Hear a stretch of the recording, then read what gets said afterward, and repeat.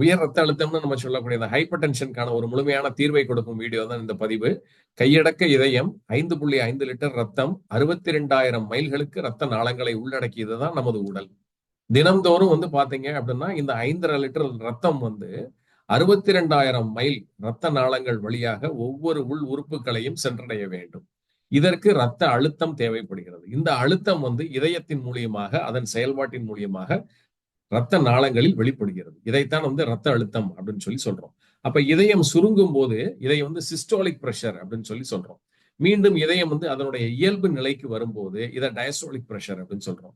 அப்ப ஒரு சராசரியாக ஒரு நார்மல் பிளட் பிரஷர் என்ன அப்படின்னு சொல்லி பாத்தீங்கன்னா 120/80 mm மெர்குரிக் பிரஷர் அப்படின்னு சொல்லி சொல்லுவோம்.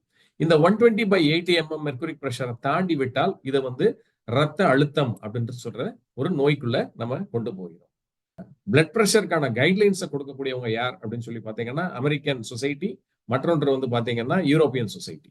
ஸோ அமெரிக்கன் சொசைட்டி கைட்லைன்ஸ் படி பாத்தீங்கன்னா 130/80 அப்படின்றது நார்மல் பிளட் பிரஷர். யூரோப்பியன் கைட்லைன்ஸ்ல வந்து பாத்தீங்கன்னா 140/90. அப்ப அதிகமாக இருக்கக்கூடிய அந்த யூரோப்பியன் ஸ்டாண்டர்டை தான் நம்ம வந்து கைட்லைன்ஸாக நம்மளுடைய பிராக்டிஸ் சிஸ்டத்துல இங்க வந்து நம்மளுடைய மானிட்டரிங்க்கு நம்ம எடுத்துக்கொள்கிறோம் இந்தியன்ஸ்.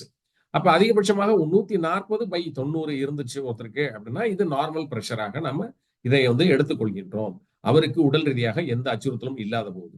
அப்ப இந்த ரத்த அழுத்தத்தை வந்து உண்டாவதற்கான காரணங்கள் அப்படின்றத வந்து 2 டைப் ஆஃப் கிளாசிபிகேஷன்ல கொண்டு போறோம்.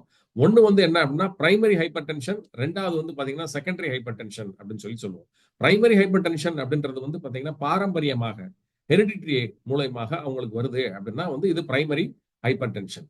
மற்றொன்று வந்து லைஃப் ஸ்டைல், அவங்களுடைய வாழ்வியல் முறை, தவறான வாழ்வியல் முறைகளின் காரணமாக ஒரு ரத்த அழுத்தம் தோன்றுகிறது அப்படின்னா இது வந்து பிரைமரி ஹைப்பர் டென்ஷன் கிளாசிபிகேஷனுக்குள்ள போகுது.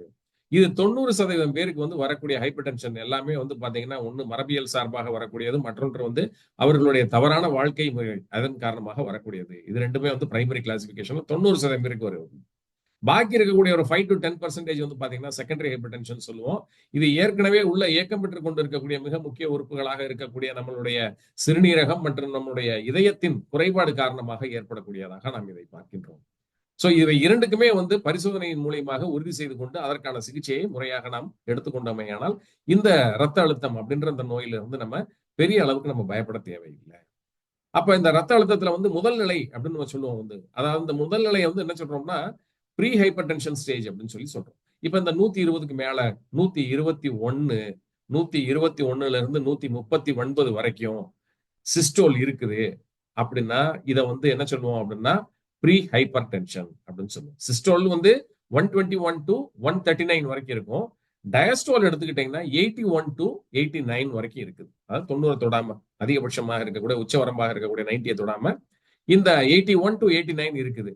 அப்போ வந்து பாத்தீங்கன்னா 121 to 139, அதே மாதிரி டயஸ்டோல் வந்து பாத்தீங்கன்னா 81 to 89 இந்த ரேஞ்சில் இருந்துச்சுன்னா உங்களுக்கு ஹைப்பர் டென்ஷன் வருவதற்கான முதல் நிலைகளில் நீங்கள் ஆரம்ப கால அறிகுறிகளோடு நீங்கள் இருக்கிறீர்கள் அப்படின்றத எடுத்துக்கலாம்.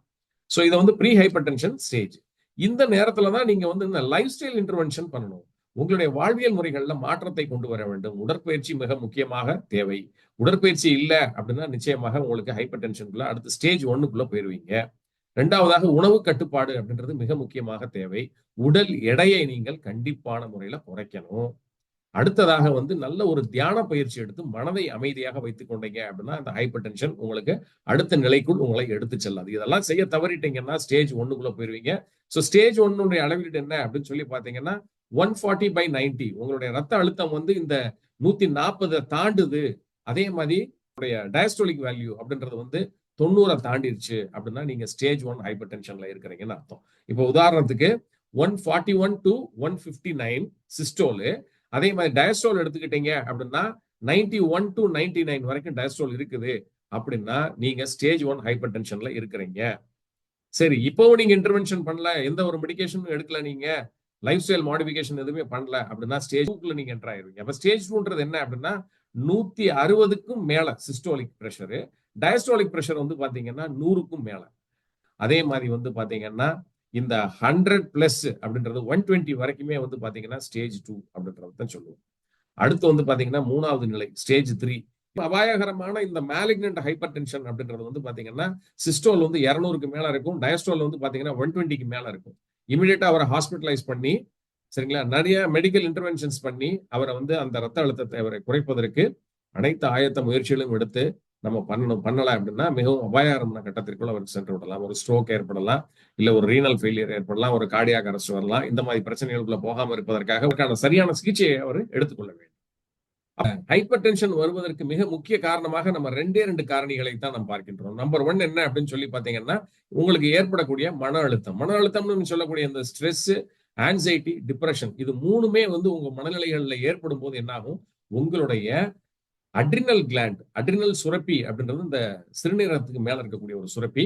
இது வந்து என்ன பண்ணும் அப்படின்னு சொல்லி பாத்தீங்கன்னா, அவசர கால ஹார்மோன்ஸ் நம்ம சொல்லக்கூடிய எமர்ஜென்சி ஹார்மோன்ஸாக இருக்கக்கூடிய அட்ரினலின் அண்ட் கார்டிசோல் அப்படின்ற இந்த 2யுமே வந்து அதிகமாக சுரக்க ஆரம்பித்து விடும். இது அதிகமாக சுரக்கும் போது என்ன ஆகும் அப்படின்னு சொல்லி பாத்தீங்கன்னா, ரத்த நாளங்கள் பூரா சுருங்க ஆரம்பிக்கும். ரத்த நாளங்கள் சுருங்கும் போது ரத்த அழுத்தம் அதிகரிக்கும், உயர் ரத்த அழுத்தம் வரும். அப்ப உயர் ரத்த அழுத்தம் கூடும் போது என்ன ஆகும், உங்களுடைய ஹார்ட் ரேட், உங்களுடைய இதயத்தின் துடிப்பு வேகமாகும். இப்போ வந்து பிளட் பிரஷர் உங்களுக்கு வந்துருச்சு. சரிங்களா, இதுதான் மிக முக்கியமாக நாம் பார்க்க வேண்டிய ஒரு காரணியாக நமது மன அழுத்தம் அப்படின்றது மிக முக்கிய காரணி.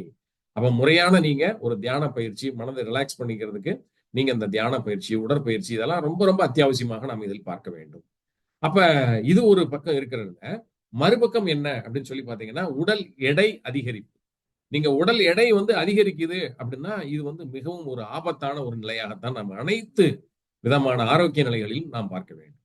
உங்களுடைய பாடி வந்து பிஎம்ஐன்னு நம்ம சொல்லக்கூடிய பாடி மாஸ் இண்டெக்ஸ் இருக்கு பாத்தீங்களா, உங்களுடைய உயரத்திற்கு ஏற்ற உடல் எடை இருக்க வேண்டும். இது அதிகமாக போயிருச்சு, ஒரு 25 வரைக்கும் தான், 23 டு 25ன்றது பிஎம்ஐ உங்களுக்கு இருக்குது, ஹைட்டுக்கு வெயிட் கரெக்டா இருக்குது அப்படின்னா நீங்க எந்த விதமான அச்சுறுத்தலான நோய் நிலைகளுக்கும் செல்ல மாட்டீர்கள் அப்படின்றதுல நீங்க உறுதியாக இருக்கலாம். இப்ப இந்த பிஎம்ஐ கூடுது அப்படின்னா, 1 கூடினாலுமே 1 கிலோ உங்க பாடி வெயிட் கூடுது நார்மல் வெயிட்டை விட அப்படின்னா, உங்க உடம்புல 1 கிலோ கொழுப்பு வந்து கூடியிருக்குன்னு அர்த்தம். இப்போ உங்க உடம்புல 1 கிலோ கொழுப்பு கூடுது அப்படின்னா, இந்த 1 கிலோ கொழுப்பு கூடிய அந்த தசை பகுதி இருக்கு பாத்தீங்களா, அதை சென்றடைவதற்காக உங்களுடைய ரத்த நாளங்கள், உங்களுடைய பிளட் கேபில்லரி நெட்வொர்க் இருக்கு பாத்தீங்களா, இது எக்ஸ்ட்ராவாக என்ன பண்ணும் அப்படின்னா 1 கிலோவுக்கு 400 மைல், 1 கிலோவுக்கு 400 மைல் புதிய ரத்த நாளங்களை உருவாக்கும் சென்றடைவதற்காக. அதுக்கும் இந்த ரத்தம் தேவையில்ல புதுசா உருவானதுக்கு. அப்ப இதனாலதான் டாக்டர்ஸ் வந்து வெயிட்ட குறைங்க, வெயிட் ரிடக்ஷன் பண்ணுங்கன்னு சொல்றதற்கான காரணத்தை நீங்கள் தெரிந்து கொள்ள வேண்டும். 400 மைல்னா எவ்வளவு? 650 கிலோமீட்டர்ஸ். இப்ப 650 கிலோமீட்டர் நீளத்துக்கு வந்து பாத்தீங்கன்னா மெல்லிய மயிரிழையில் இருக்கக்கூடிய இந்த ரத்த நாளங்கள் புதிதாக உருவாக வேண்டும். இப்ப இது வந்து என்ன ஆகும், புதிதாக 1 கிலோவுக்கு 650 கிலோமீட்டருக்கு ரத்த நாளங்கள் புதிதாக உருவாகணும் அப்படின்னா இது வந்து என்ன அப்படின்னு சொல்லி பாத்தீங்கன்னா ஒரு எக்ஸ்ட்ரா லோடு ஹார்ட்டோட ஃபங்க்ஷனிங். அப்ப இதயத்திற்கு வந்து நீங்க கொடுக்கக்கூடிய அடிஷனல் சுமை இது. அப்ப இதுதான் காரணமாக என்ன, ரத்த அழுத்தம் உயர்வதற்கு மிக முக்கிய காரணம். அப்ப 1 கிலோவுக்கு 650 கிலோமீட்டர்னா அப்ப ஒரு 2 கிலோ கூடுச்சுன்னா 1300 இந்த மாதிரி மல்டிப்ளை பண்ணிக்கோங்க. அப்ப உடல் எடையை நிச்சயமாக நீங்க குறைக்க வேண்டும். அதுதான் வந்து உங்க பாடி மாஸ் இண்டெக்ஸை கரெக்டாக நீங்க மெயின்டைன் பண்ணிக்கணும். சரி, இதெல்லாம் ஓகே ஃபைன். இதற்கான தீர்வு என்ன சார் அப்படின்னு நீங்க சொல்லி கேட்டீங்க அப்படின்னா, இதற்கான தீர்வு ரொம்ப ரொம்ப எளிது. ஆனா இந்த தீர்வோட சேர்ந்து நீங்க பண்ண வேண்டிய பயிற்சிகள் தான் உங்களுக்கு வந்து முழுமையாக இந்த ரத்த அழுத்தத்திலிருந்து ஒரு குணத்தை உங்களுக்கு கொடுக்க முடியும். முக்கியமாக ஒரு பழமொழி உண்டு, ஆவாரை உண்டோர் சாவை கண்டதில்லை அப்படின்னு சொல்லுவாங்க. இந்த ஆவாரை குடிநீர் அப்படின்ற ஒண்ண நீங்க தயார் செய்து நீங்க குடிச்சீங்கன்னா இந்த ரத்த அழுத்த பிரச்சனைக்கு ஒரு மிகப்பெரிய தீர்வாக இருக்கும். இந்த ஆவாரை குடிநீர் அப்படின்றது வந்து கடைகள்ல வந்து கிடைக்கும், உங்களுக்கு தமிழ் மருந்து கடைகள்ல. இது ஒரு இயற்கையான ஒரு மூலிகை தான், எந்த பக்க விளைவுமே கிடையாது. முறையாக நீங்க வந்து நல்ல ஒரு கம்பெனி ப்ராடக்டா நீங்க அதை வாங்கிக்கலாம். ஆவாரை குடிநீர் இருக்கு, ஆவாரை டீ தூள் இருக்கு. இதை நீங்க வாங்கி என்ன பண்ணலாம்னா ஒரு 2 டம்ளர் தண்ணியில வந்து இதை போட்டு அது 1 டம்ளரா வத்தி வர்ற வரைக்கும் இந்த டிகாக்ஷனை போட்டு வடிகட்டி அதுக்கப்புறம் தினமும் காலையில ஒரு புத்துணர்ச்சி பானமாக நீங்க குடிக்கிற காஃபி டீக்கு பதிலாக குடிச்சீங்க அப்படின்னா ரத்த அழுத்தத்துல இருந்து ஒரு தீர்வு கிடைக்கும், குறையும். இது எல்லாத்தையும் விட ஒரே ஒரு அற்புதமான ரத்த அழுத்தத்திற்கான ஒரு சஞ்சீவனி மூலிகை எது அப்படின்னு சொல்லி பாத்தீங்க அப்படின்னா திராட்சை குடிநீர். சரிங்களா, சோ இதுக்கு பேரே வந்து திராட்சாதி குடிநீர் அப்படின்னு சொல்லுவோம். இந்த திராட்சாதி குடிநீர் என்ன அப்படின்னு சொல்லி பாத்தீங்கன்னா, கருப்பு உலர் திராட்சை, கொட்டையோடு இருக்கக்கூடிய கருப்பு உலர் திராட்சை ஒரு கைப்பிடி அளவு, அதாவது ஒரு 100 கிராம் எடுத்துக்கோங்க. இந்த 100 கிராம் எடுத்து 1 லிட்டர் தண்ணியில போட்டு நல்லா பிச்சு போட்டுட்டு அதிகாலையில நீங்க எழுந்தவுடன் வெறும் வயிற்றுல 200 ml குடிச்சிடுறீங்க. இரவு படுக்கைக்கு செல்வதற்கு முன்பாக ஒரு 200 ml இந்த திராட்சை குடிநீரை நீங்க குடித்து கொண்டே வந்தீங்கன்னா 2 நாள்ல உங்களுக்கு இதனுடைய ரிசல்ட்ஸ் வந்து தெரியும். இதை அதிகபட்சமாக நீங்க ஒரு 48 நாள் ஒரு மண்டலம் நீங்க எடுத்துக்கிட்டீங்க அப்படின்னா உங்களுக்கு இந்த உயர் ரத்த அழுத்த பிரச்சனை முற்றிலுமாக நீங்கிவிடும். இதை நீங்க செஞ்சு பாருங்க. செஞ்சு பார்த்துட்டு கமெண்ட் செக்ஷன்ல வந்து நீங்க கமெண்ட் பண்ணுங்க. எந்த அளவுக்கு உங்களுக்கு குறைந்திருக்கிற ரத்த அழுத்தம் அப்படின்னு. அப்ப வெறும் திராட்சை குடிநீரை மட்டும் நீங்க குடிச்சுக்கிட்டு நீங்க வெயிட்டை ரெடியூஸ் பண்ணாம உங்க வாழ்வியல் மாற்றங்கள் எதுவுமே செய்யாம இந்த திராட்சை குடிநீர் வேலை செய்யுமா சார்னா கண்டிப்பா வேலை செய்யாது. நீங்க செய்ய வேண்டிய வேலை என்ன? முதல் நிலைகள்ல நிறைய உடற்பயிற்சி அப்படின்றது 40 நிமிட உடற்பயிற்சின்றதை மனதில் எப்பவுமே தக்க வைத்துக் கொள்ளுங்கள். 40 நிமிட உடற்பயிற்சி மிக மிக அத்தியாவசியம். அடுத்தது என்ன அப்படின்னு சொல்லி பாத்தீங்கன்னா வாழ்வியல் பயிற்சி. அதுல வந்து மனதை நாம் பராமரிக்க கற்றுக்கொள்ள வேண்டும். இது அற்புதமாக செயல்திறன்ல நம்ம உண்மையிலேயே நம்ம வந்து செயல்முறை மாற்றங்கள் மனநிலைகளில் கொண்டு வர வேண்டும் நீங்க நினைச்சீங்க அப்படின்னா நிச்சயமாக ஒரு தியான பயிற்சி செய்யுங்க.